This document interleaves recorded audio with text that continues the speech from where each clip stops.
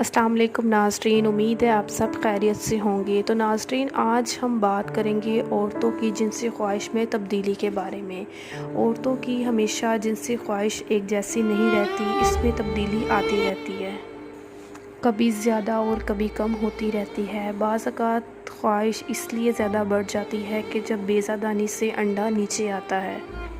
इसी तरह अक्सर औरतों की ख्वाहिश हैज़ शुरू होने से पहले या होने के बाद बढ़ जाती है। इसी तरह ये तब्दीली हर ख़ातून में नहीं आती। बाज़ औरतों की माहवारी बंद होने के बाद ख्वाहिशात बढ़ जाती हैं या फिर किसी की कम हो जाती हैं।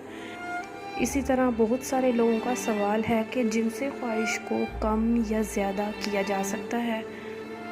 इसी तरह बाज़ औरतों और मर्दों की कोई जिस्मानी कमज़ोरी या जिस्मानी ख़राबी की वजह से जिनसे ख्वाहिश बहुत ज़्यादा बढ़ जाती है, जिसकी वजह से वो हर वक्त हम बिस्तरी करना चाहते हैं, जिसकी वजह से बहुत ज़्यादा माशरती मसाइल पैदा हो जाते हैं। आज के दौर में ऐसे अद्वियात मौजूद हैं जिनकी मदद से जिनसी ख्वाहिशात को कम किया जा सकता है। इसी तरह बाज़ औक़ात मियाँ बीवी में किसी एक की जिनसी ख्वाहिश बहुत ज़्यादा कम या ज़्यादा होती है। इसकी वजह मेडिकल भी हो सकती है।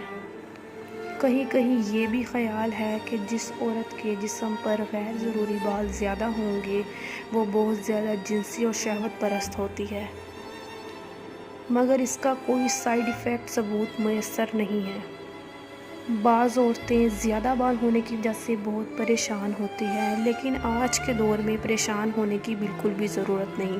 अब ऐसे बहुत से तरीके ईजाद किए गए हैं जिससे हम अपने हर मसले मसाइल को हल कर सकते हैं।